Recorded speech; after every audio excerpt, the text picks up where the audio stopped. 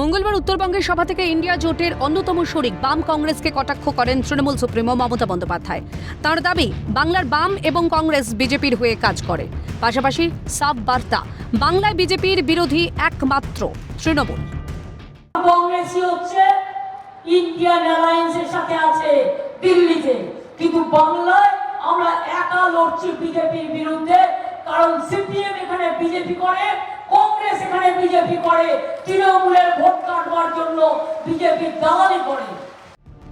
বুধবার অসমে দলীয় প্রার্থীর প্রচারে গিয়েও জোট নিয়ে বিতর্কিত মন্তব্য শোনা যায় মমতা বন্দ্যোপাধ্যায়ের গলায়। শিলচরের সভায় মুখ্যমন্ত্রী বলেন, সর্বভারতীয় ক্ষেত্রে জোটকে নেতৃত্ব দেবে তৃণমূল। জোট মানে তৃণমূল কংগ্রেস। আমরা ইন্ডিয়াকে পথ দেখাবো।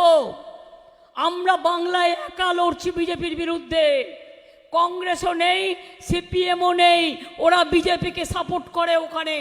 কিন্তু অল ইন্ডিয়ায় আমরা ইন্ডিয়া জোটকে নেতৃত্ব দেবো, এটুকু আপনাদের আমি বলে রাখলাম। যদি আপনাদের সমর্থন থাকে আর আপনাদের কাজগুলো আমরা চেষ্টা করব করে দেবার। তৃণমূল সুপ্রিমোর বক্তব্যের পরেই নানা প্রশ্ন উঠতে শুরু করেছে রাজ্য রাজনীতির অলিন্দে। ওয়াকিবহাল মহলের মতে, নির্বাচনের আগেই জোটের ভবিষ্যৎ বিষমাও জলে। বাংলায় জোটের পরিবর্তে একাই লড়াই করছে তৃণমূল। সেখানে সর্বভারতীয় ক্ষেত্রে তৃণমূলের প্রাসঙ্গিকতা নিয়ে প্রশ্নটা থেকেই যাচ্ছে। দ্বিতীয়ত, এখনো এক দফা নির্বাচনও সম্পন্ন হয়নি দেশে, ফল প্রকাশও সেই জুনে। তাহলে হঠাৎ জোটের মুখ নিয়ে অতি সক্রিয়তার কারণ কি? শুধুই রাজনৈতিক চাল? প্রসঙ্গত, জোটের অন্যতম কাণ্ডারি যেমন অরবিন্দ কেজরিওয়াল, হেমন্ত সোরেন বর্তমানে জেলে। জোট গঠনের পরেই বিজেপির সঙ্গে হাত মেলান বিহারের মুখ্যমন্ত্রী নীতিশ কুমার। আড়াআড়ি বিভাজন হয় এনসিপির। একাধিকবার জোটের বৈঠক হলেও সেই অর্থে সর্বভারতীয় স্তরে মুখ হওয়ার সুযোগ আসছিল না তৃণমূল সুপ্রিমোর কাছে। তাই কি সুযোগ বুঝেই বেগতিক পরিস্থিতিতে মোক্ষম চাল চাললেন বাংলার মুখ্যমন্ত্রী? কংগ্রেসের ভিতকে নাড়িয়ে দিয়ে জোটের ব্যাটন ধরার চেষ্টায় মমতা। বাংলায় বাম কংগ্রেস বারংবার তৃণমূল সরকারের দান খয়রাতি নিয়ে সরব হয়েছে। তারপরেও ইস্তেহারে দান খয়রাতিতেই ভরসা রাখতে হলো তৃণমূলকে। জানিয়ে সরগরম রাজ্য রাজনীতি।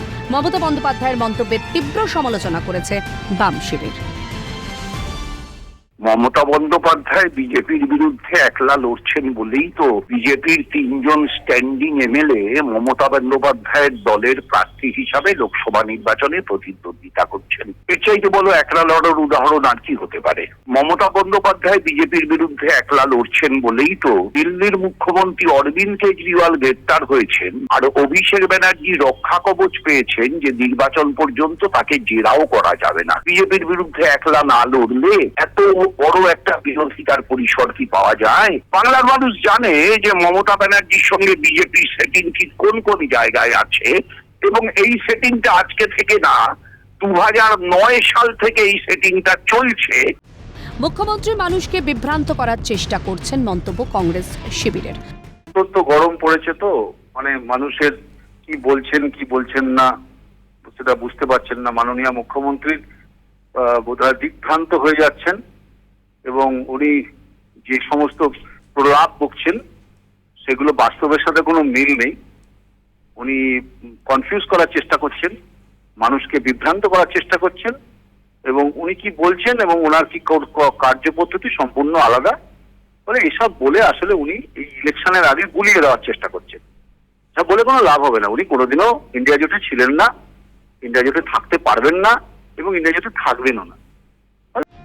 হতাশায় চাপে মুখ্যমন্ত্রী এই ধরনের মন্তব্য বলছেন মত বিজেপি প্রার্থী সজল ঘোষের।